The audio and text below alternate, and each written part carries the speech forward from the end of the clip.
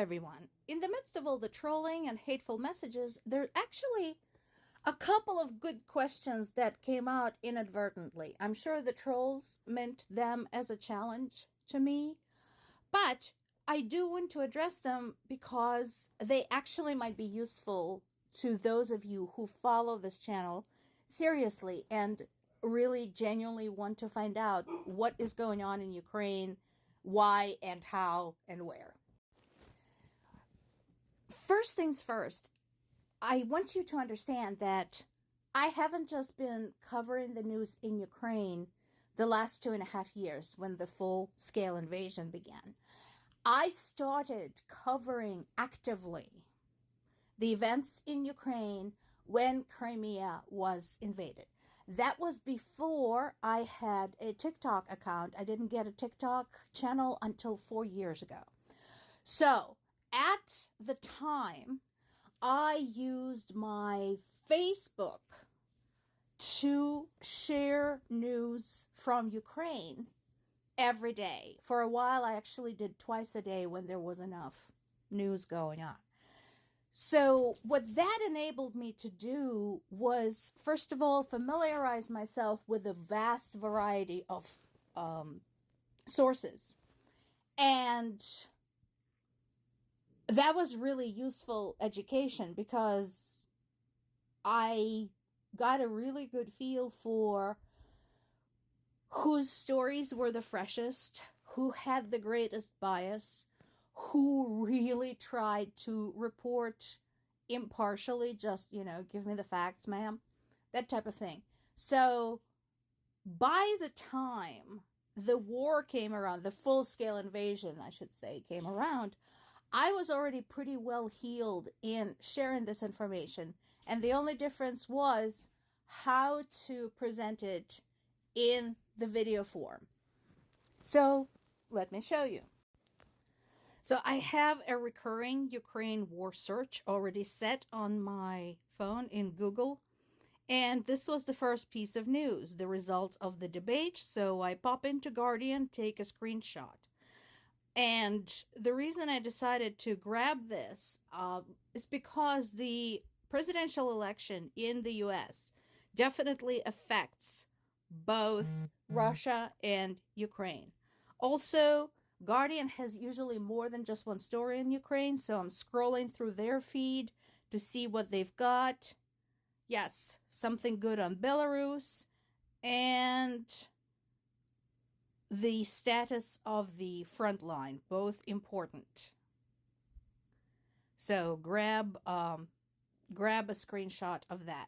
And I'd like to point out, at this point, I'm just grabbing the snippets. I'm just grabbing my screenshots. They're not in order. So go back. What's going on? Who else has something? BBC. Yes. Talking about human interest, defense of Kharkiv. Good story. I like to humanize the news about Ukraine. So I'm definitely grabbing that. And this talks about, the challenge of continuous redeployment of Ukrainian troops, the troop fatigue, the war fatigue. It has a map, shows you where the fighting is taking place, shows you various strategies used to control the front line. So definitely worth it. Grabbing that. What else is going on? Okay, this is interesting. I usually don't use Sky News, but let's see what this is about. Talking about some Ukrainian prisoners released from Russian captivity with the interference of Vatican.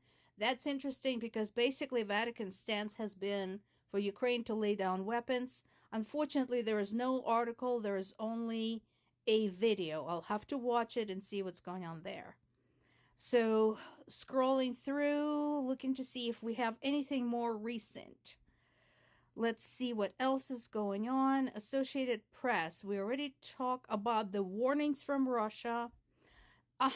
This is interesting.